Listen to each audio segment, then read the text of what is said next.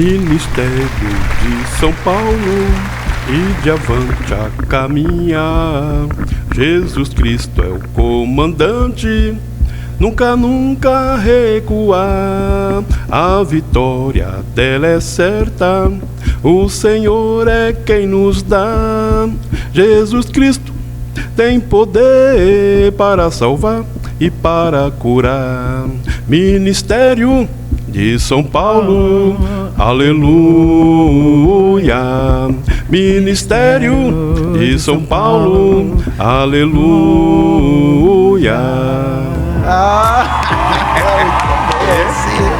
Eu pensei que tinha mais, já ia estar me empolgando. Tem outros estrofes que eu estou elaborando outros estrofes. Quem fez esse foi o pastor Natal. Olha. Eu dei uma participação em alguma das letras. Eita, então, ó, já estamos começando aqui o nosso podcast aqui, cantando, hein? E vocês que estão aí vendo a gente, essa música é a música, praticamente música do ministério, né? Que desde o início a gente cantava, e quem criou lá foi o pastor Natal, né? Foi o pastor Natal. E é bom que vocês escutem, que vocês já vão aprendendo aí, entendeu? Depois a gente canta de novo no final para vocês ir decorando aí. Mas hoje vocês já estão vendo aqui o nosso convidado, o nosso pastor Osório. Palmas para ele também, Deus abençoe. Amém. Hoje ele é o convidado da vez, que vai estar falando aqui conosco, contando aí mais um episódio. Eu já estava aqui antecedendo, né, antes, alguns detalhes aí que nem eu imaginava, né? E como é bom a gente saber e ir se alegrando, né, com essa história. Mas, como a gente sempre fala, vamos começar no início, né, pastor? Amém, amém. Se apresentando aí, fica à vontade para se apresentar pro pessoal. Quem é o pastor Osório? Amém. Para quem não me conhece, é pastor Osório da Silva, né? Silva, né? Foi que o pai deu esse sobrenome. Mas o certo era para ser Osório da Silva Neto. Mas esqueceu do Neto. Deixou o Silva, né? Casado com Valquíria Marinho, né? Pai de Jair Marinho da Silva, Thaís Marinho da Silva, Tayane Marinho da Silva. E já mandou a E agora o netinho, né? Eita, Arthur Marinho Fiuza. Esse netinho aí é lindo, viu? É uma bênção de Deus. E pastor, o senhor, qual que é a sua história assim com o Ministério de São Paulo? Quando foi que começou? Foi no início ou foi mais no meio? Conta pra gente assim. Bom, se você lembra o ano também, fica à vontade, fala. Sim, foi no início, 94, no início, né? No início que, ao sair do Ministério Braz, nós estávamos no Braz também, junto com o pastor Messias, pastor Luiz, todos. E Deus tocou no pastor Luiz de abrir o ministério, né? Essa de abrir o ministério, Deus mostrou para ele quais os obreiros que ele iria convidar para fazer parte da diretoria, para registrar o ministério. E nessa de registrar o ministério, me incluiu junto. Eita Deus. E o senhor já era obreiro nessa época? Não, eu era membro. Ainda não era nem diácono, nem cooperador. Mas Deus mostrou para ele e nós não rejeitamos e assumimos. É um grande desafio, hein, pastor? Entramos como segundo tesoureiro, né? Porque tinha que ter uma diretoria e nós assumimos como segundo tesoureiro para registrar o ministério. Certo, então o senhor já começou aí no ministério como segundo tesoureiro? Segundo tesoureiro. Tá, e o primeiro, o senhor lembra quem estava junto, quem trabalhou junto com o senhor? Acho que era o Marcos. Certo. Só que não foi um trabalho, foi só para registrar no cartório. Ah, entendi. Então, eu precisava de uma equipe para registrar o ministério, para tocar o ministério. Então a primeira diretoria, então, né, que foi formada foi mais ou menos esse. O senhor estava incluído, o Marcos também. Isso, pastor Luiz, pastor Messias, o Vidal, né, tinha pastor Paulo, né, me foge memória de outros. Certo, que bênção. Mas obreiro ou diácono, vamos colocar assim, o senhor foi a partir de quando ou não foi? Como é que foi essa? Não, diaconato, para me chegar a ser um obreiro, eu já tinha de 7 a 8 anos congregando no Braz. Né? Eu vim ser obreiro no Ministério de São Paulo. Né? E o diaconato foi interessante. Né? Quando o Ministério já tinha os seus 1 ano, né? No mesmo ano, 94, Deus mostrou para o pastor Luiz que precisava de alguém para enviar para a Bahia. Para a Bahia, né? Porque o obreiro que estava lá estava dando problema, então precisava de alguém para assumir o lugar dele, do obreiro que estava lá na Bahia, em Itajuru. E nesse meio tempo eu já não era nem obreiro ainda. Nossa, né? Nunca dirigiu uma igreja. E Deus mostrou o pastor Luiz, só que antes Deus falou comigo. Na segunda-feira Deus falou comigo, né, que iria me mandar para a obra, para muito longe, que era para mim não rejeitar o convite. Isso na segunda. Quando foi na quarta-feira, o pastor Luiz chega, né? Aí o pastor chega e falou: olha, preciso de alguém para enviar para a Bahia, né? E estava orando, Deus me indicou você para ir para a Bahia. Aí o coração tremeu, né? Só que Deus já tinha falado comigo, porque Deus, quando tem um chamado, um plano, Ele primeiro prepara, avisa a pessoa, né? Deus avisa para não pegar de surpresa, aquele choque. Por quê? Uma pessoa que nunca dirigiu nenhum trabalho e assumiu outro estado, ela assumiu o estado, entendeu? O estado em geral. E nós não rejeitamos, só que eu disse assim, ó, se for de Deus, a esposa vai aceitar. E ela aceitou na mesma hora, né? Eita, na mesma hora aceitou. Agora, precisava de um cargo eclesiástico. Eu não era nem obreiro, então foi consagrado às pressas para diácono. Certo. Às pressas, né? Só que nesse meio tempo eu fui buscar de Deus como eu ia fazer a obra lá, porque na Bahia praticamente é um sertão no meio de uma fazenda, então precisava de algumas ferramentas. Então fui orar, buscar Deus, dobrei o joelho, e Deus falou para mim: agora pega a caneta que eu vou te passar tudo que você vai fazer lá. Aí comecei a escrever, aí o Espírito Santo passando e eu escrevendo, né? Prepara uma caixa amplificada e prepara isso, e começou a falar comigo tudo aquilo que ia fazer quando chegar lá. Então o que? Foi consagrado a diácono, às pressas, e fomos embarcados para a Bahia. O Jair, nesse tempo, tinha 5 meses de nascido. Meu Deus. O Jair tinha 5 meses de nascido. Que desafio, hein? E pedi a conta no emprego, estava empregado, bem empregado, né? Então fiz acordo no emprego e fomos para a Bahia. Fomos assumir a Bahia. Então só tinha o Jair. Eu só tinha o Jair. Eita. É muita coragem e também certeza, né? De que Deus... porque Deus falou. Porque se Deus não fala, você não ia com a cara e a coragem assim no lugar que você não conhece, né? Para assumir uma igreja que estava algumas coisas para ajustar, e vinha uma pessoa que não tem aquela estrutura, nunca dirigiu nada. Nossa. Então Deus tomou a frente, ensinou, né? Capacitou tudo e nos enviou. E do que o senhor lembra, quando chegou lá, teve algum desafio? Porque, querendo ou não, já tinha um pastor, é isso? Isso, Já tinha um pastor lá. Um pastor, não vou contar os detalhes. Sim. Que aconteceu lá, né? Estava dando problema. Então, a equipe aqui do ministério não tinha aquela estrutura financeira. Sim. Foi uma guerra, foi uma luta. Não tinha aquela estrutura. Então, precisou de tirar ele do cargo e me empossar lá. Então, quem levou lá foi o pastor Aguinaldo. Então, ele foi com nós e nos empossou lá, que a igreja estava sozinha, né? Uma igreja que tinha uns 30 membros, quando chegou lá tinha 5. Ainda balançando. Chegou lá, tinha 5 pessoas na igreja. Então nós assumimos a igreja, aplicamos aquilo que Deus nos deu. Sim. Quando chegou na cidade, o povo já estava na rua esperando. Nossa. Aquela multidão, criança, o povo esperando. Quando entrou o ônibus na cidade, o povo já estava esperando.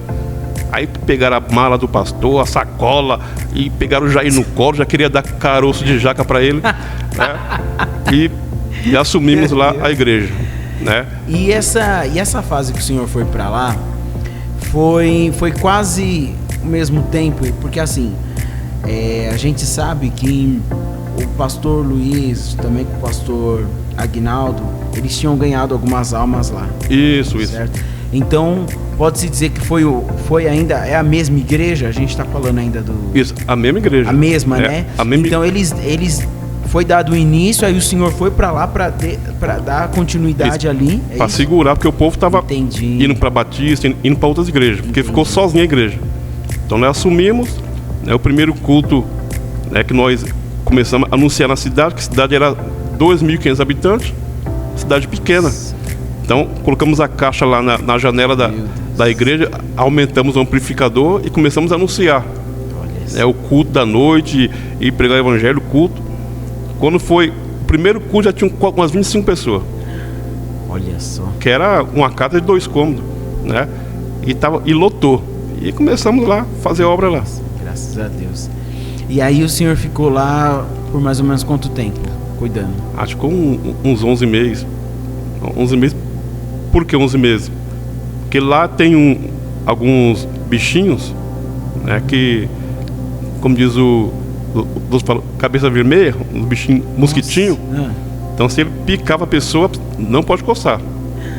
Se coçava, inflamava, né? E lá não tinha médico, a cidade.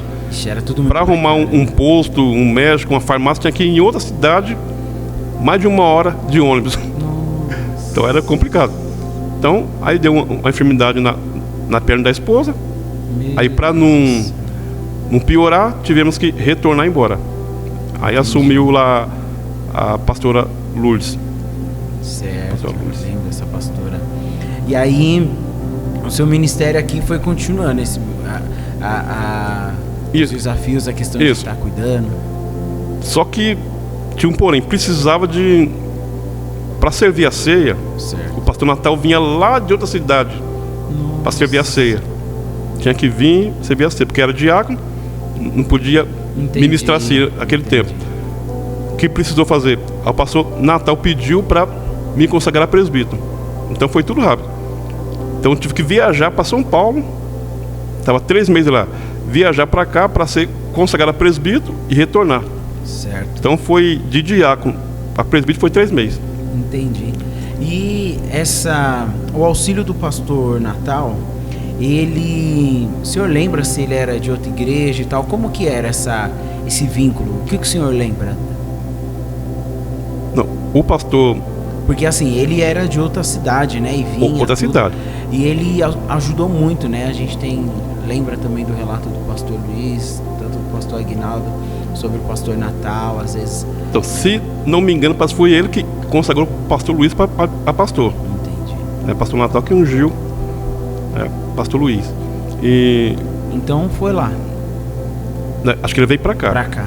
Ele veio para cá. Então precisava de um presbítero para servir a ceia, ministrar a ceia. Então, e voltamos para cá e depois retornamos para a Bahia de volta. O senhor lembra um dos maiores desafios nessa fase lá da Bahia? O senhor lembra? O maior desafio? Ou, não maior, né? Ou algum desafio que o senhor lembra assim desses 11 meses que o senhor esteve lá? Porque já que era tudo muito simples, né? O maior desafio que a gente assumiu e deu êxito foi que eu elaborei um culto na rua, à noite. Porque à noite não passava nenhum carro, porque o ônibus ele vinha, né, até as 5 horas da tarde e ia embora, votação no outro dia. Nossa. Então fiz um culto na rua, anunciei, né, e Deus me deu uma estratégia. Deu uma estratégia para fazer arroz doce, caldeirão de arroz doce, que lá tinha irmãos que tinha sítio, tinha vaca, outros tinha mercado. Então reuni os irmãos e falou: vamos fazer arroz doce daquele bem feito. Olha. E vamos anunciar uma semana que na sexta-feira vai ter esse culto na rua e vamos servir esse arroz doce para a comunidade toda. Foi a estratégia. E lá colocamos os bancos tudo na rua, as cadeiras na rua. O pastor Natal ia vir para ajudar, aí não deu para vir. Aí fiquei sozinho. Aí ficou. E começou a vir fazendeiro a cavalo, criança de outra cidade, e veio, e a rua encheu. Aí nós pegamos o evangelho, né? cantamos bastante um pandeirinho, um instrumento que tinha no pandeirinho desse tamanho. Nossa. Que arrebentou tudo, tanto bater. Era voz e pandeiro. Isso. Aí fizemos o trabalho, aí foi um trabalho bem sucedido. Que bênção. Fora almas, ganha, né? E depois desse tempo, o senhor vem para São Paulo. Isso foi ainda em 95? Foi em 95? 95. 95 o senhor vem para São Paulo. Qual foi o trabalho que o senhor ajudou assim no ministério, além desse aí, que foi logo no início lá na Bahia? Que o senhor lembra assim, que depois o senhor começou a auxiliar também as outras igrejas? Então, lembra? quando retornou, precisou de uma ajuda lá em Tocantins. Eita, nossa. Aí nós foi de novo. Aí o pastor Luiz chegou e nós de novo pedia conta no emprego e foi de novo, né? E assumimos lá o Tocantins. Também não foi muito tempo porque o ministério não tinha estrutura de custear obreiro longe, né? Não tinha aquela ajuda. Então a gente foi e ficou, os 4 meses que ficou lá foi com o dinheiro do seguro-desemprego. Então quando acabou o dinheiro, aí o ministério não tinha como assumir, então tivemos que retornar para não passar necessidade. Certo, tá certo. Então muitos falam que foi fazer turismo, até hoje, alguns falam fazer turismo, passeio, não. Ah, sempre tem, né? Não foi isso não, a gente foi com a cara e a coragem, né? Não é todo mundo que tem a cara para deixar a vida aqui e fazer a obra lá, e muitas vezes você abençoar quando você pode financeiramente, não é todo então mundo. Fizemos lá e depois de 4 meses retornamos. E tem um porém, e Deus falou comigo assim: vou te levar para ganhar uma alma. Uma alma, entendeu? E quando foi um certo dia, nós estava andando na cidade, passando no meio do matagal, e avistei uma velhinha baixinha, toda enrugada, com faixa de lenha na cabeça, um faixão de lenha na cabeça. Eu falei para o Valqueiro: eu vou oferecer ajuda. Falou: ô vó, bom dia, vó, a senhora quer ajuda? Falou: não, meu filho, muito obrigado, a velha tá forte ainda. Aí ela falou: você é o pastor novo que está aqui na cidade, né? Eu falei: nós estamos aqui. Ela falou: eu sou católica roxa, não gosto de crente, mas gostei de você. Aí nós já aplicamos, né, o convite. Então nós estamos na igreja e vai fazer uma visita. Não, qualquer dia eu vou lá. E quando for num culto, quem aparece lá? A irmã Frutuosa, que é uma velhinha baixinha, né? Apareceu, né? Entrou e começou a ouvir os hinos da harpa, que era hino da harpa. Começou a ouvir e gostou do hino da harpa. Meu Deus. Foi na outra semana, ela vai lá de novo e pediu canta aquela música daquele dia. E começou a pedir a música e começou a ir pro culto, né? Quando estava já um mês frequentando, eu fiz o convite: quem quer culto nos lares? Quem levantou a mão? A própria. A mão Frutuosa. Eu, na minha casa. Jesus, isso porque não gostava de crente. E não era crente ainda. Fizemos culto na casa dela e foi uma bênção. Ela tinha várias árvores de manga, aquelas mangas chocolate, né? Aquelas mangas. Quando acabava o culto, sempre saía com a sacola cheia de manga e ia embora o pastor, aquelas mangonas. Um dia ela falou assim: fiz o convite para ela, deixei ela congregar uns 2 meses. Aí fiz o convite para ela. Eu falei: hoje não, mas no meu aniversário eu vou ser crente. O aniversário dela estava perto. Meu Deus do céu. Aí o que eu fiz? Elaborei o culto do aniversário dela, especial para ela. Culto especial para aquela irmãzinha. E avisei a família dela, os filhos, que ia fazer uma surpresa para ela. E quando foi o dia do culto, quando ela chegou na igreja, lá tá todo mundo lá, né? Aí eu coloquei uma cadeira na frente do altar, uma para a Valquírio, uma minha e uma dela. Então lá na frente, não em cima do púlpito, na frente do altar. E convidamos ela para frente. Ela ficou admirada e veio para frente e cantamos para ela. E ela pediu o hino e foi aquele negócio. E no meio dos louvores, ela levanta: posso falar? Ele pode falar. Pega o microfone e fala, ó, eu falei que no dia do meu aniversário eu ia ser crente, e hoje eu sou uma crente. Eita, nossa, Falou, sim, hoje nossa, eu tô aceitando Jesus e quero ser crente para sempre. que bênção. Aí depois vim embora, depois de anos, fiquei sabendo que ela tá na Cristã do Brasil. Mas tá firme. Mas ficou firme, né? Pra quem era católica, né? Que era Pra quem católica roxa. falava assim, não gosto de crente, meu. E quando foi pra nós ir embora, ela chorou, viu? Mas chorou. E lá veio manga, né? E fez aquela sacolada de manga, 6 horas da manhã, já tava lá na porta, lá esperando, pra dar um abraço no pastor pra despedir. Então foi algo especial. É Deus que faz isso, né? Especial. Às vezes Deus manda a gente mesmo, né? Por causa de uma pessoa, Deus ele faz um reboliço todo, né? Manda a gente pra tal lugar quando a gente tem que ir. Só Deus mesmo, né? E ganhou aquela alma. Fora outras almas. E depois, pastor, aqui em São Paulo, como é que foi essa trajetória no Ministério São Paulo aqui? Como é que foi com a família também? Porque aí depois veio os meninos, né? Teve o Jair, teve a Thaís, a Tayane. Como é que foi esse processo? Trabalho no reino de Deus. O processo aqui lá no início, que foi a primeira igreja, foi em Guaianás, né? Certo. Mas Guaianás parece que eu fui o terceiro ir pra lá, se não me engano. Guaianás foi o terceiro? Se não me engano, foi o terceiro que... Se o primeiro foi a Bahia, né? O segundo foi Jequié, foi que você isso. falou? Então o terceiro pode-se dizer que... Não, Jequié, Tocantins. Tocantins, isso. Né? No início, iniciamos lá o Pérola, que foi na casa da pastora Ana. Opa. Né? Mas não foi muito tempo. Iniciamos, seguramos. O senhor lembra o ano, mais ou menos? Ou não? Rapaz, esse negócio de ano, a minha cabeça... Aí já é pedir demais. Negócio de ano, eu já sou esquecido. Negócio de ano é difícil. Então, iniciamos... Mas iniciou na casa, né, da pastora? Isso. E ela não era pastora ainda, né? Já era um salão lá já. Ah, já era um salãozinho? Já era um salão, se não me engano, eu passei na casa delas. Certo. Se não me engano. E iniciamos Jardim Lourdes. Foi aberto um ponto de pregação lá. Então nós fui para lá. Começou eu, a família e a irmã Selma. Nós e os bancos. Né? Aí fazia os cultos lá. A irmã Selma, ela não era obreiro ainda? Não era não, diaconisa? não. Então, iniciamos lá. Mas teve coragem de ficar uns dias com nós lá. Não foi muito tempo, mas deu para segurar bem. E começamos lá no trabalho. Aí começou a encher. Precisou mudar de salão pouco tempo. Aí mudou de salão para casa da irmã Maria.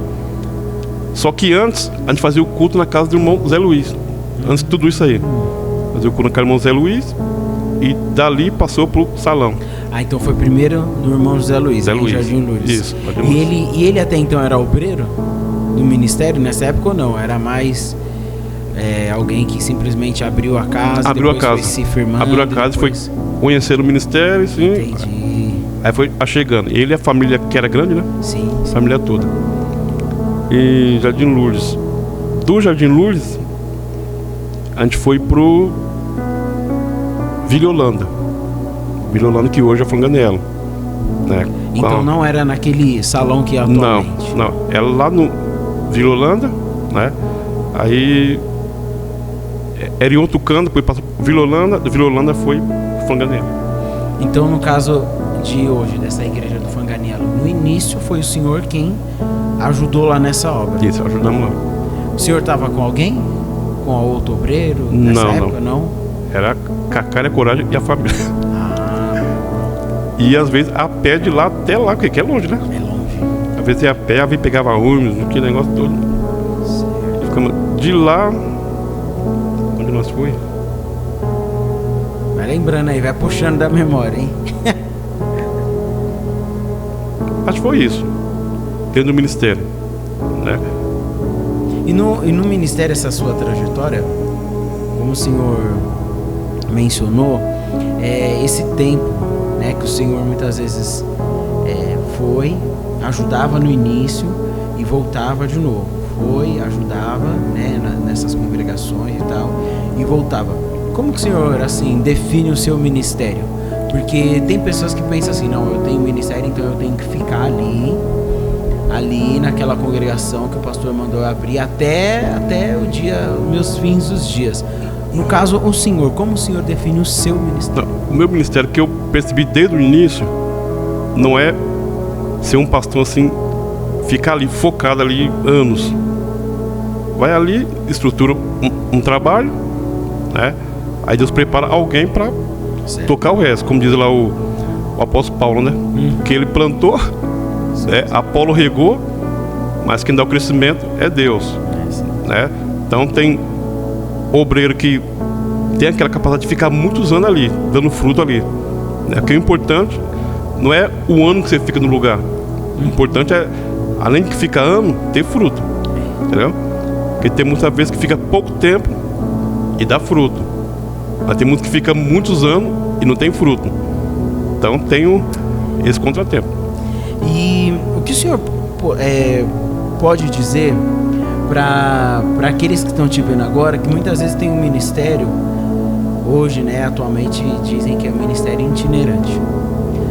Essas pessoas que muitas vezes têm um ministério itinerante, mas tem aqueles que realmente estão firmados na palavra, sabem o seu chamado, sabe quando Deus muitas vezes envia a pessoa para aquele lugar, mas também quando está ali é outro que vai dar continuidade, e aí ele volta para o seu lugar de origem.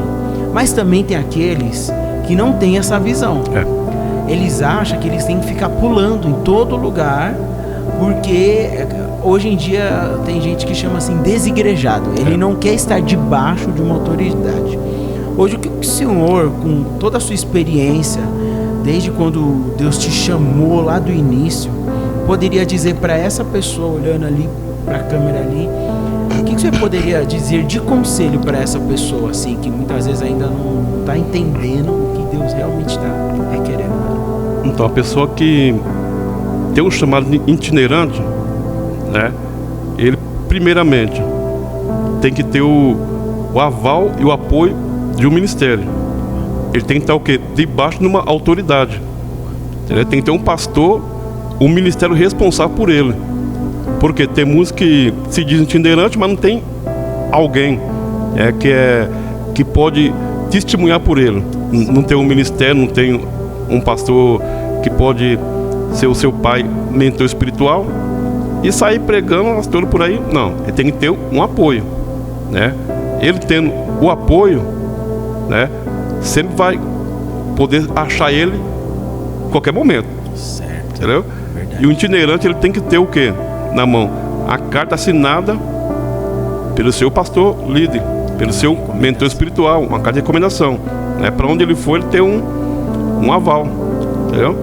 Porque muitos, às vezes, não tem base bíblica, alguns itinerantes, né, que acham que ele é chamado por Deus e não obedece a ninguém. Não tem base bíblica e sai por aí pregando e pregando heresia, né? E muitos pastores que muitas vezes estão na direção de uma igreja tem que ter um cuidado para convidar um itinerante. Tem cuidado, né? Vamos convidar o fulano, mas ele congrega na onde? Ele é da onde? Qual o testemunho dele? Então tem que saber disso, porque dentro do ministério já tem essa experiência, né? Tem base nisso. Alguém que chegou, né, fez cair fogo do céu. Aí quando foi uma semana depois, encontra na rua fumando, fazendo um montão de coisa. Então tem que ter uma direção, né? Não é porque a pessoa às vezes prega, tem aquele sabedoria, teologia, né? Porque hoje até qualquer pessoa prega. Havendo prega com qualquer unção que Deus dá. Mas tu, na teologia, tem uma base, tem uma oratória e consegue falar. Então, para você hoje trazer alguém, né, que diz itinerante, tem que ter uma direção certa. Com certeza. Vamos lá, outra pergunta também, pastor. Além de ter sido diácono, hoje o senhor é pastor, quais foram os outros meios assim que o senhor atuou no Ministério São Paulo, assim, ajudando, trabalhando? Ministério São Paulo, né? Seja cargo, seja, enfim. Nunca fui de rejeitar. Hoje, a verdade, a gente rejeitar alguma coisa por causa do posto maior de trabalho, né? Se não for, nós estávamos aí, né? Fui líder dos varões do Teuvina, né? Tivemos lá um bom tempo lá, e o líder geral dos homens também por 4 anos, né?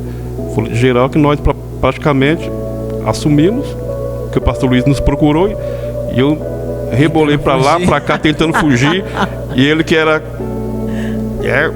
deu lá umas broncas no negrão, falou, nossa, você vai assumir e pronto. Assumimos e ficamos aí os 4 anos, lá, aprendendo, né? Hoje nós vemos que tem novos obreiros que estão levando bem, estão levando a obra, né? E foi isso aí. Assumimos o DH e o Teuvina. Outra pergunta, vamos lá. Hoje, mediante toda a sua história, né? Hoje o senhor já é avô, né? O que o senhor deixaria assim, se o seu neto tivesse te olhando e já entendendo as palavras, né? Que ele é bebê ainda. O que o senhor deixaria para ele de conselho? Mediante a tantas experiências que o senhor já viveu, já aprendeu, seja ela na igreja, em casa, o que o senhor poderia deixar para ele hoje? De conselho? Vai de coração aí. É para ele, no crescimento dele, né, nunca olhar a vida de outro, sempre olhar para ele, né? Porque no crescimento da pessoa que vai crescendo, que vem ao mundo, ele vem ao mundo para ser guerreiro, né? Desde quando sai, a pessoa já trava uma batalha terrível como espermatozoide. Verdade. Sai correndo no meio de milhões de espermatozoides e corre, e quando nasce não quer correr, quer ficar parado. Então, que vai em busca do objetivo, que vai em busca do seu sonho, né? E deixa e nunca olha para a vida dos outros. Muito sério, hein? O porquê eu falo isso? Experiência própria. No meu ministério, no meu mesmo. Isso é conselho para muitos obreiros. Quando iniciou o ministério, eu era cascadura. Por quê? Veio do Brás e estava impregnado na cabeça ali aquele ensinamento, doutrina, né, que não é ruim, é boa, mas era radical, com algumas coisas que hoje a gente vê, né? E eu olhava muito para isso, apontar muito, né? E eu vim estruturar, aprender no Ministério São Paulo, que para mim, adaptar com o louvor da igreja, o negócio foi duro. Eita. Quando começava o louvor, não sabendo de pôr a cara, eu começava a virar para lá e para cá. Falei, o que eu estou fazendo aqui? Porque era acostumado com o da harpa. Era um sistema, né? Então, assim. o Ministério São Paulo foi o primeiro a implantar palmas na Assembleia de Deus, palma na igreja. Então, foi duro, né? E outra, para muitos obreiros que às vezes não conseguem dizimar. Quando está na parte de também. Não consegue ser dizimista. Às vezes até pastor, não consegue. E eu fui duro para ser um dizimista, pastor. Eita, nós, hein? Para ser dizimista foi terrível. Só que eu vi que estava errado. Eu olhava, não, eu estou errado, não posso. Às vezes cobra lá e às vezes até para orar para a oferta você passa com. É verdade. O que aconteceu? Aí eu precisava de uma libertação. Eu falei, eu preciso ser liberto, de deixar de olhar a vida dos outros, de deixar de pular de gai em gai e ser um dizimista. Então preciso ser liberto. Chamei a pastora ali no canto. Falei, pastora, ora na minha cabeça aqui e me unge e expulsa esse espírito mal que eu preciso ser dizimista, preciso que Deus me dá graça para abrir as mãos para a obra. E não consigo. Pastor, ungiu a mão, expulsou, quebrou tudo ali. Já tem uns 10 anos para lá que Eita, já tem pega como testemunho. Já tem um bom tempo, bons anos, que todo mês, graças a Deus, pela misericórdia, não é, né, sou dizimista, não. Você abençoa a obra, você sente bem. Você sabe que está ajudando, que ensina, né? Sabe que está ali investindo na obra de Deus. É verdade. Como diz, não é eu vou dar para Deus. Não. Automaticamente Deus vai te abençoando. você reconhecer, né? Reconhecer. Quando você reconhece que o que é de Deus, ele também reconhece aquilo que você fez, né? Enfim. Vamos lá, pastor, continuando aqui. Mais uma vez, mediante a sua história, né? O que o senhor tem vivido hoje no ministério, as suas experiências. Qual ainda um objetivo ainda que você olha assim e você fala, eu queria alcançar esse objetivo? Ou ainda não tem? Tem. Tem algum ainda que você pode compartilhar com a gente? Que você pode falar, esse ainda eu quero, esse eu tô buscando. Eu tenho um objetivo de Deus unir eu com a esposa para a obra.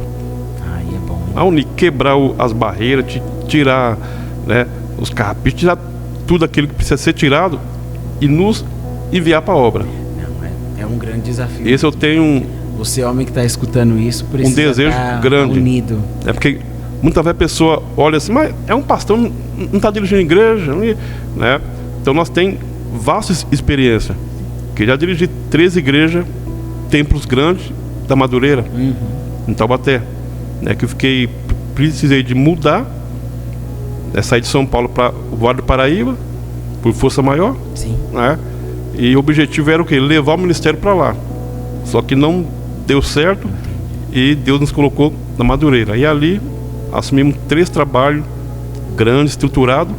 Então ficou como experiência, porque aprendi no Ministério de São Paulo, que eu aprendi aqui, Deus nos usou lá.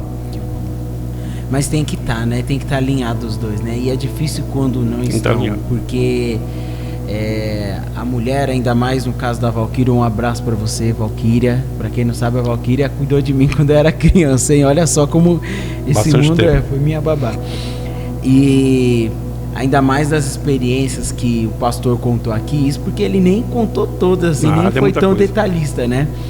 Mas quando você vai passando e aí você tem que cuidar de igreja, depois é outra igreja, aí vai em outra igreja, é um grande desafio. E você realmente tem que estar disposto. Você tem que abrir mão de muita coisa, né? E não é fácil. Às vezes alguém fala assim, mas você tinha que... Não é tão simples assim. Porque para a pessoa ela ir, ela tem que abrir mão de muita coisa, às vezes do seu próprio eu, do seu tempo, né? Então é um grande desafio, mas porém não é impossível, né, pastor? É verdade. A gente crê no poder da oração e também a gente acredita no tempo de Deus, né? Que não é o nosso tempo, porque quando chega o tempo de Deus para as nossas vidas, Ele fala, é assim, vai ser assim, naquele momento, naquele lugar, tá tudo preparado, a ida e a volta, pronto e acabou, né? E Deus prepara, né? A gente acredita nisso. Pastor, vamos lá, continuando aqui nossas perguntas. Esse ano o Ministério está fazendo 30 anos, certo? 30 anos. E um conselho, se você puder deixar para os obreiros, para essa geração que tem vindo.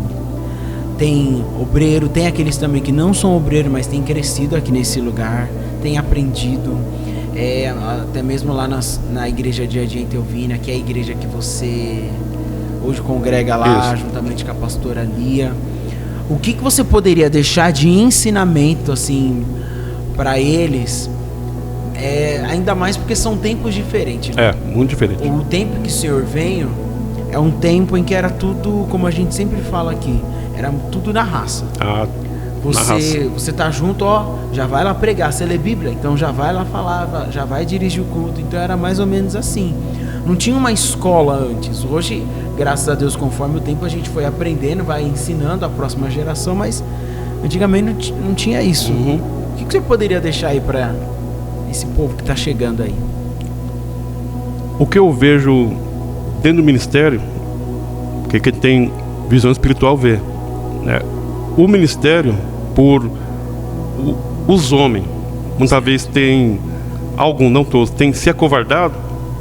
Desde o início, Deus tem levantado as mulheres. As mulheres têm assumido um papel primordial dentro do ministério. A gente vê mulher sábia que tem, né? Deus tem levantado. Mas os homens têm muito talento. Os homens do ministério, eu vejo que tem muitos deles têm talento, têm chamada, mas muitas vezes deixa a timidez tomar conta.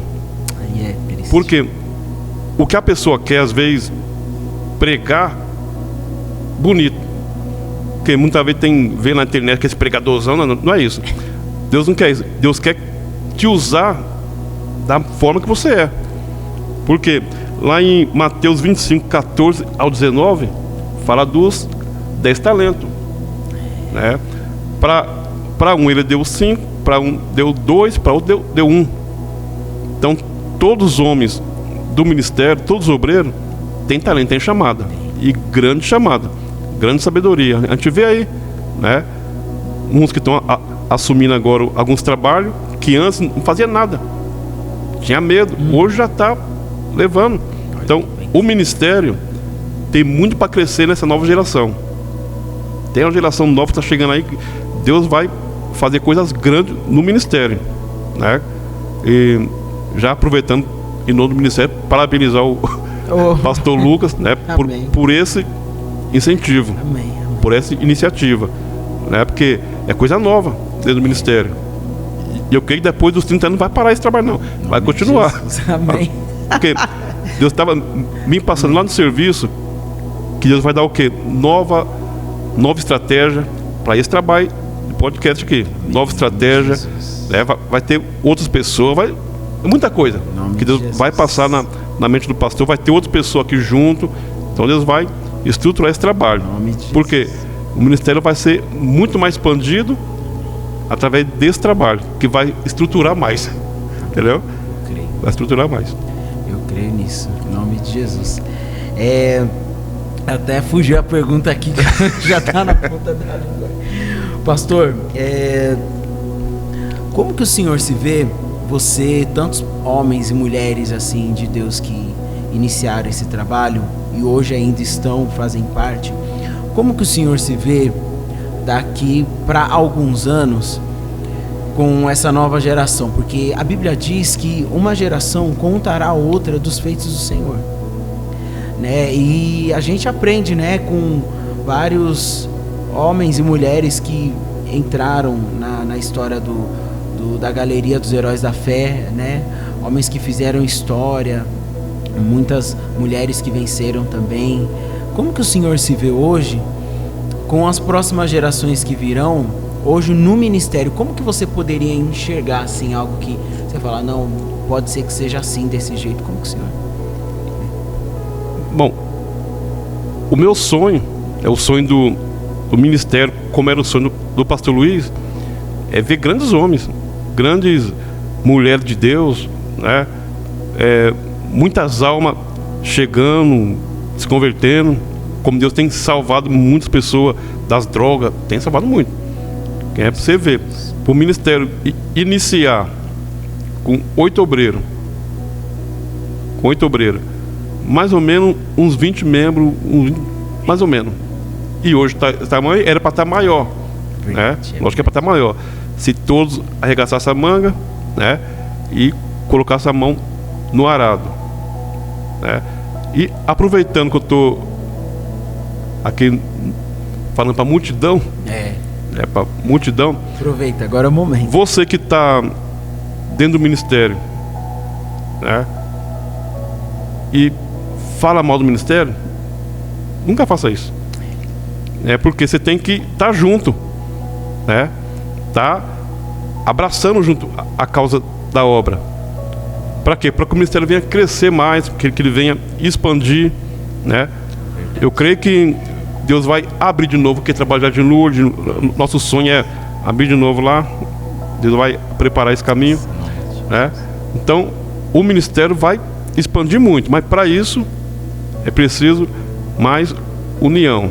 A gente deixar de olhar, né, e agir mais. É verdade, precisa. E as suas últimas palavras, você quer deixar algum recado? A sua família vai estar vendo, a igreja de Itaúbina também está vendo, que hoje o pastor faz parte de lá, no corpo de obreiros. O ministério também, muitos do ministério estão vendo. Tem gente que acompanha fielmente cada capítulo. O senhor gostaria de deixar algo para eles que estão vendo nesse momento? Então, o que eu quero deixar é que sobre a união, né? União que é o mais importante. Para quê? Para nós abraçar a causa do ministério sem murmurar. Abraçar a causa e ir para cima, né? Porque que a Alzama está esperando, né? A Alzama está esperando. Nós estamos ali no Eteuvina, né?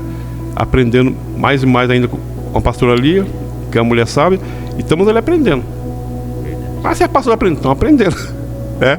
Eu aprendi uma coisa com o pastor Luiz. A gente não esquece nunca, né? Porque você chegou lá no topo, então você continua sendo servo. E ali, for para lavar banheiro, nós lavamos banheiro. Se for para carregar a bola, a gente carrega, né? Então, todos unidos, o ministério vai sempre adiante. Verdade.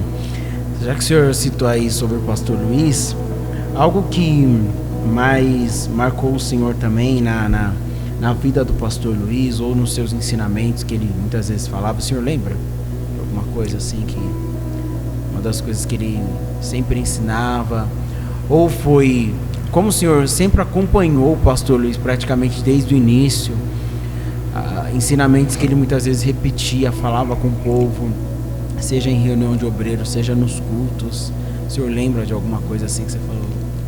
Então, o pastor Luiz foi um pai, né? Como diz. Ele fez meu noivado, fez meu casamento, né? Já apresentou a Thaís. Então, tudo foi através do pastor Luiz, né? E era uma pessoa um amigo que batia nas coisas erradas.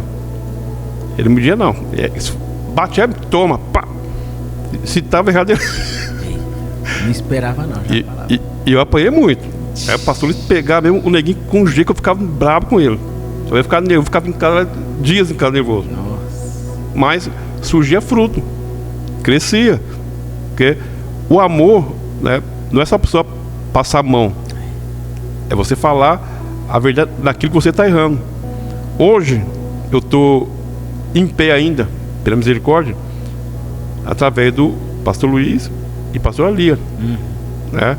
Porque às vezes vem alguma trajetória da nossa vida que para você acabou tudo, mas sempre tem aquele à altura, como diz o pastor Guinaldo, alguém à altura, né, que Deus coloca no seu caminho para te ajudar a caminhar, né? Por isso que tem muitos obreiros que parado, porque não busca ajuda, não procura um homem de Deus, uma mulher de Deus para ajudar, tenta andar sozinho e não consegue. E tem vezes que a gente precisa descer um pouco, isso, né? Tipo assim, quando a gente já está em certo degrau, como você falou, que a gente não pode esquecer que a gente é servo, e o servo tá todo dia aprendendo e às vezes precisa voltar a escutar um pouquinho mais. Então, e assim, para me chegar no pastorado, posso falar? Pode, deve. No pastorado, foi uma coisa interessante, que foi diácono, 3 meses presbítero, para presbítero, e quando foi no pastorado, isso foi em, deixa eu ver, 94, 95, 97, lá em 98 por aí. Certo. Pastorado. Porque teve lá uma mini convenção lá no Teovina, né? Com o pastor Judas do Brasil, vieram alguns obreiros para lá, né? Não, foi bem antes. E tava cheio de obreiros dentro da igreja e eu tava do lado de fora. Tava chegando. Aí chegou uma profeta em mim, nem lembro quem é, falou: irmão, eu tô vendo uma divisa de pastor no ombro do irmão. Irmão, já pastor? Eu falei: não. Um dia, se eu for evangelista, eu sou evangelista, mas tô vendo uma divisa de pastor no seu ombro. Aí quando foi na consagração de obreiro, que começaram a chamar os obreiros, o último, pastor, chamou meu nome. Quase eu caio das pernas. Quer dizer, Deus falou do lado de fora e cumpriu lá dentro. Não foi no mesmo dia, foi um tempinho depois que o senhor recebeu essa promessa. Não, vinha recebendo antes. Tá. Mas aquele dia, o dia da convenção, Jesus, falou lá fora e cumpriu lá dentro. Então foi uma coisa rápida. Então o ministério foi corrido. Mas para isso eu tinha já uns 8 anos de crente. Para uns Deus já puxa logo, né? Porque tem muita coisa para ser feita no reino de Deus. Para outros Deus dá um tempo a mais de ensinamento, né, pastor? Eita. Mas hoje o senhor, como se vê assim, o senhor sendo pastor, o senhor acredita que ainda precisa subir mais algum degrau em questão de aprendizado ou em questão de, enfim, de planos pessoais? Como que tá hoje em dia? Não, subir degraus, né? Isso já não tem mais, que não tem negócio de apóstolo, de não existe ministério. Que o pastorado pela Bíblia é o último topo, né? Mas o que eu preciso, muitas vezes a gente tem muitas coisas, todos têm algo dentro que precisa alguns degraus você subir, a ver espiritualmente, né? Degraus espiritualmente, né? Reassumir os dons que Deus. Muitas vezes a pessoa encosta os dons que Deus dá, você fica encostado, né? Nós tínhamos alguns dons que Deus tinha nos dado que precisa pôr em prática. Eita, Jesus. Tem que pôr em prática. Vocês que estão cheios do pó aí, já vai tirando o pó, viu? Tem que pôr em prática. Pó dos porque o primeiro dom que eu percebi que Deus tinha dado foi um dia que estava dirigindo uma campanha lá no Etelvina, e o pastor Roberto, que está na glória, era de porteiro na porta. Eita. Eu estava dirigindo. Deus falou: fala para ele que hoje eu batizar com o Espírito Santo. Irmão, se ele crer, é para ele vir dando glória, que quando chegar na frente do altar vai ser batizado. Tem que ser Deus. Quando entregamos para ele, ele já veio de lá gritando, já veio dando glória. Quando chegou na frente do altar, a língua estranha veio. Meu Deus do céu. Quer dizer, não foi um negócio de impósito, irmão. O Espírito Santo batizou ele lá na frente do altar, né? Então Deus, ao princípio eu falei: Deus me deu um dom. Falei: Deus me deu esse dom. Aí você começou a entender, né? Começamos a entender, né? Então, o dom, muitas vezes ele fica ali estacionado. Para quê? Você tem que investir espiritualmente, que não é fácil. Investir em jejum, investir em oração, muita coisa. Para quê? Para o dom desencadear e agir na sua vida. Senão ele fica ali parado e não tem valentia nenhuma. Você que está escutando disso, ó, você sabe que você tem um dom. Comece a buscar no jejum mais crescimento na palavra também, viu? Não deixa entrar o pó não, viu? Porque isso daí é pro crescimento da obra de Deus. E eu também até agradeço a Deus, né? Porque o pastor falando isso, eu posso testificar que uma vez nós estávamos ali no ponto de pregação ali no Jardim Etelvina. Eu estava mal para baixo assim, falei: meu Deus do céu, lá na Maria Amélia de Assunção. E o pastor Osório foi usado por Deus falando assim: Deus vai te dar um presente. Aí presente, eu tava tão para baixo que nada me fazia, mas amém. E cuida bem desse presente. E cuida bem, olha. E eu falei: amém, né? Só que aí depois de um tempo, veio uma outra irmã ali em Jardim Etelvina. Era um culto assim de semana, acho que de quinta-feira, tá meio vazio, sentado lá. E a irmã falou a mesma coisa, só que naquele dia eu já estava com a mente mais atenta. E ela falou assim: Deus vai te dar um presente. Só que o presente que eu achava que era... Pensar que era dinheiro. Eu falei: meu Deus, acho que é esse o presente, né? Amém, tá bom. Aí depois, quando pensa que não, eu entendi que era uma promessa da minha filha Raquel, que Deus tinha prometido ela. Aí que eu fui entender. Aí eu tava meio longe assim espiritualmente para chegar a entender o que realmente Deus estava querendo me presentear. Eu agradeço ao pastor, né, que foi mensageiro de Deus naquele culto, naquele lugar. Muitas vezes eu ia ali, ia cultuar com os irmãos, mas foi uma fase complicada assim, uma fase que quando o homem está desempregado, tá com a mente longe e só pensa em conta, você fala: ah, meu Deus, a fé vai lá embaixo, né? E você só pensa em conta. E naquele dia Deus tinha falado comigo sobre esse presente aí. Eu agradeço a Deus. 9 anos depois, estou aqui para testificar na frente do pastor. Claro que ele lembra, com certeza, mas para testificar sobre os dons, né? Que realmente quando Deus dá os dons, os profetas dele para esse tempo é para ser usado, né? Então, pastor, que você continue usando esse dom, porque o nome do Senhor está sendo glorificado. Amém. Né? Amém. jamais se acomoda não, pastor. Tem essa não, porque as gerações estão vindo, seus legados estão vindo, tem os seus filhos, tem o seu netinho também, então tem que ser passado aí um legado para eles, né? E eu glorifico a Deus, porque é a palavra de Deus se cumprindo. Pastor, quer falar mais algo nessa tarde, nesse momento que nós estamos aqui, para quem está nos assistindo, para finalizar aí? O que eu quero deixar para muitos que estão nos ouvindo é que só Cristo é a solução. Nós vemos aí o mundo em desespero, né? E muitas vezes a igreja, não todos, estacionada, mas Cristo é a solução para todos os problemas. Cristo é aquele que veio ao mundo, morreu, né? Abriu os braços para receber todos, cansado, oprimido, para que Ele venha aliviar, né? Então Cristo quer aliviar aquilo que você acha que está tão pesado. Cristo é o alívio, tá? Cristo é o alívio para tudo. Então nunca deixe Cristo por nada, porque a palavra diz que Ele só vai te deixar se você deixar Ele. Se nós deixar Ele, Ele nos deixa, né? Mas se nós insistir, nem que fosse arrastando, aí Ele está ali, sempre ajudando, sempre fortalecendo, sempre levantando. Amém? Amém.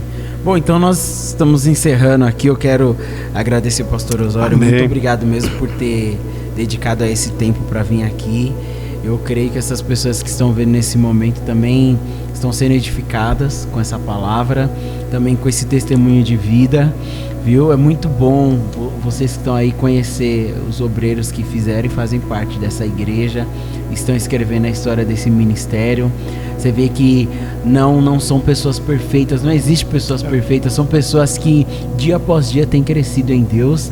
E hoje, pessoas que são pastores já foram também simplesmente membros, mas que sabiam do seu chamado, que era servir, independente do cargo, era servir, né? Estavam ali dispostos. Então eu quero agradecer mais uma vez vocês que chegou até aqui nesse vídeo, que nos assistiu até agora. Deus abençoe a sua vida, muito obrigado. Eu peço para que você continue divulgando aí, né, desse podcast, que tem sido bênção. Muitas pessoas têm gostado de aprender um pouquinho sobre a sua igreja. Nem todo mundo sabe a história da igreja, onde está hoje. E hoje nós quisemos primeiro escolher as pessoas, né, que são membros, para contar primeiro a história da igreja, para depois a gente entrar num outro ciclo, né, de outras áreas, de aprendizado. Então agradeço a Deus. Eu queria pedir, pastor, se você puder finalizar com uma oração para as pessoas que estarão vendo nesse momento. Amém? Amém. Vamos estar orando, amém? E nessa oração eu vou incluir também o povo do Rio Grande do Sul, amém, também nessa oração, amém? Santíssimo Deus e Pai, Jesus querido, louvamos a Ti, meu Deus, por esse momento, Senhor, testemunho, testificar, Senhor, as maravilhas que o Senhor tem feito nesse ministério. Senhor, primeiramente, Senhor, eu peço a Ti, meu Deus, em prol do ministério, Senhor, em prol, Senhor, de todos os obreiros, todos os pastores, Senhor, aquele que está perto, aquele que está longe, Senhor, em outros estados, seja, Senhor, em outra cidade, meu Deus, que o Senhor venha abençoar, meu Pai, que o Senhor venha salvar as almas, libertar pelo poder do Teu nome. Também, meu Deus amado, eu peço a Ti, Senhor, em prol, meu Pai, Senhor, daquele povo, Senhor, daquele estado, Rio Grande do Sul, que o Senhor venha, Senhor, acalentar, Senhor, aquelas famílias, que o Senhor venha abraçar, Senhor, a cada um deles, meu Pai, porque o Senhor sabe o propósito, meu Deus amado, dessa tragédia. Por isso, Pai, toma em Tuas mãos, Senhor, abraça cada um, meu Deus, libertando, livrando, Senhor, salvando, Senhor, dando, Senhor, livramento para cada um, Senhor, daquele estado. Por isso eu peço a Ti, abençoa poderosamente a cada um, Senhor, que está ouvindo essa transmissão, pelo poder do Teu nome, e assim eu te rogo e te peço em nome de Jesus. Amém, glória a Deus. Deus abençoe sua vida, fique na paz, até o próximo podcast, um grande abraço, valeu, obrigado. Uhul!